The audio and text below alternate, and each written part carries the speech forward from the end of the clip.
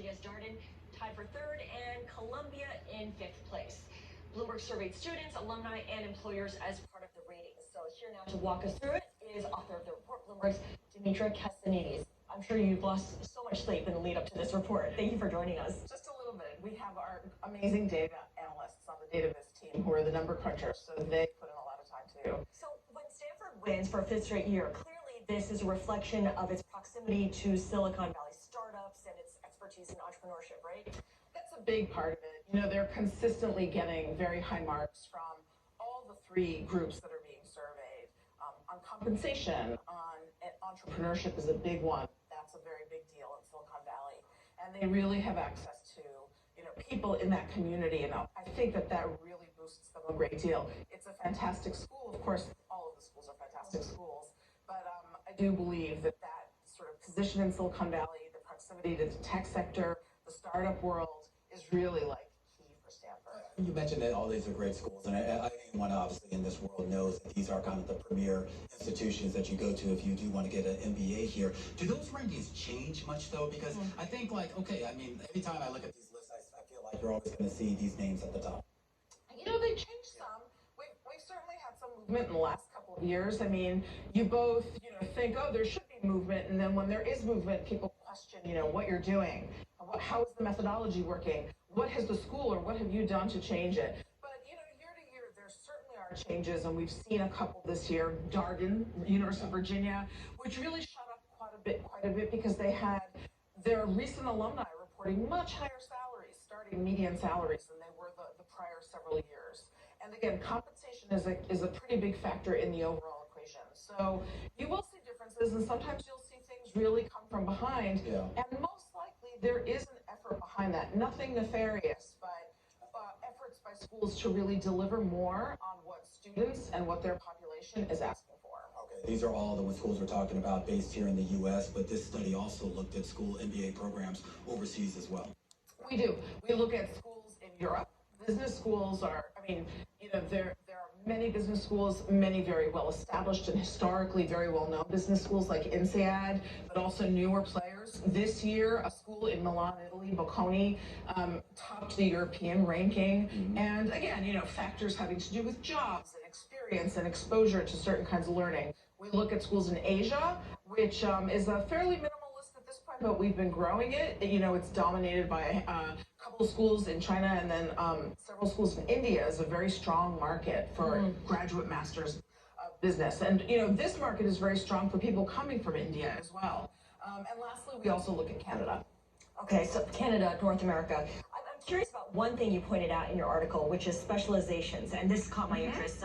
Sustainability and climate change is really starting to show up in curriculums. Yeah. From what you understand, from what you've seen, is this in response to demand from students, or is it something that the schools are trying to get ahead of themselves? You know, I think it's a combination of everything. You do have a handful of schools who've been really focused on these issues and really focused on trying to line up the education with what's happening in the real world for a long time. But always factors like finance jobs on Wall Street and other areas that were a very great pull for their students maybe distracted the rest of us from it. But I think that none of us can escape the reality of what's going on with climate and so many other issues, pandemics, inequality. And so the B schools really, in defining their value proposition, are trying and working really hard at, and for good reason, I think, lining up what they do and how they think they can provide education that will shape the future leaders of the world who will have to deal with all of those things. There's no CEO that isn't going to have to contend with climate change or with some matter of inequality. So, you know, I think it's a lot of factors, and it's inescapable right now. Demetra Castanidis, thank you so much for joining us. Bloomberg Business Week's Demetra Castanidis. Now, joining us now for more on the competition in business schools and getting in and coming out with that degree is Andrew Caroli, there we go, Dean of Cornell's S.C. Johnson College of Business. Andy, it's so good to see you. Thank you very much. Thank you for coming in. What is the distinction of Cornell's business school? Because you have, for those who are not familiar with Cornell, there are 2 undergraduate business programs, and for those seeking an MBA, a graduate school of management, and all of it is housed under this Johnson School of Business, which can seem confusing. That's right. So we do have an MBA program that competes in the MBA rankings that you just heard about. That's under the auspices of the Johnson Graduate School of Management, but the College of Business now, as of 7 years ago, is now inclusive of our Nolan School of Hotel Administration as well as the Dyson School of Applied Economics and Management. And it's sort of like a giant amplifier of 3 business schools on one platform to really leverage and amplify. Well, thank you for explaining that. A lot has changed since I graduated. We talked about how Stanford and its location in Silicon Valley really helps it. Obviously, Cornell is physically located outside of the metro areas. It's in Ithaca, New York. How is that not a disadvantage for MBA students? Well, you know, it actually is remarkable. Technology is a great advantage, and the advances of technology in the education space are a huge advantage for a school like Cornell. So you remember fondly your residential experience at Cornell, but we are actually a very big presence in New York City through our Johnson at Cornell Tech MBA program, for example, that is sponsored here at the Roosevelt Island campus. We also are really pushing hard on distance learning and hybrid learning through our number of executive MBA programs and other forms in which we're really leveraging technology to bring it to the marketplace. When we talk about potential students, the students who want to enroll here, of course, there's obviously the education itself, but for a lot of folks looking for MBAs, it's about the placement, basically the job prospects once you graduate. How do you address that to, I guess, give them some reassurance about what their future can be? Oh, I think we are, you know, one of the beautiful things about these rankings, and they've been around for 35 years now, is that they are a wonderful way for institutions like mine to hold up a mirror and understand what we're doing well, and what we could do better.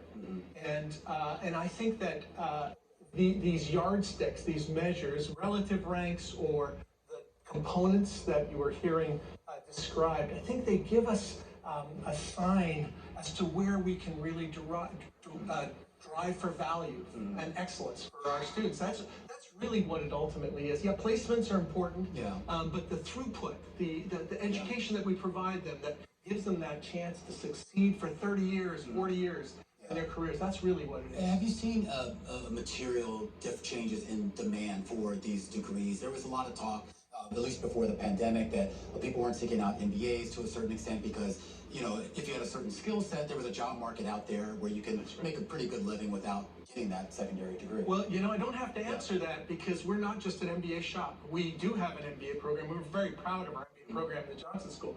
But in our college, we offer exceptional undergraduate education in terms of the Dyson School as well as our Nolan Hotel School. We have a whole suite of professional master's programs. So we at the college at Cornell, we want to innovate continuously to meet the demands of the market as it evolves, and we're ready to be agile and innovate accordingly.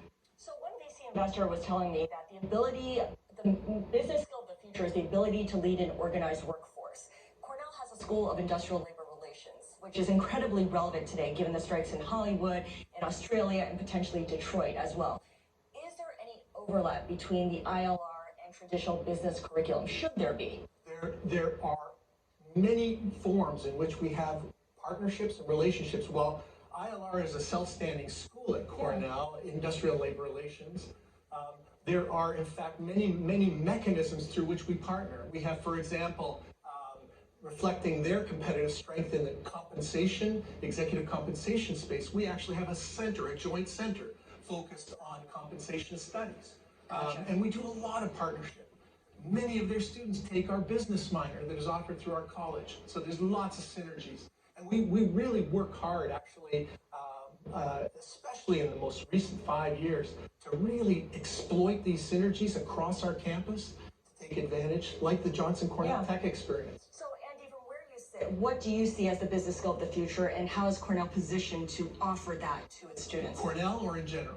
In general. In general. I think that there was once a time, probably 35 years ago, when I was starting as a professor, where school or the business college is that entity over here on campus that the other students sort of walked by and looked at in amazement and wondered what was going on in there. That oldie days world is over. The world of the future of business education was one that is organically integrated with the rest of campus and taking advantage of things like, for example, the sustainability programs we were just talking about. How could we possibly lean into enhancing our sustainability education in our College of Business and our MBA program without partnering closely with our College of Agriculture and Life Sciences, with our College of Engineering, with our College of Arts and Sciences, where they're leading in the technology and innovation space that we want to commercialize through our education. Andrew, this was a great conversation. Great Thank you. Here. Appreciate it. Absolutely. Andrew Crowley there, Dean of Cornell's S.C. Johnson College of Business, a discussion here about Business Week's latest B-School rankings. Scarlet Fu, you know where Northwestern ranked? Where? Higher. Cornell. Not to brag. Well, Stanford beat everyone, so there you go, for a fifth straight year, too. All right, it's all good. We're going to set you up for what to watch.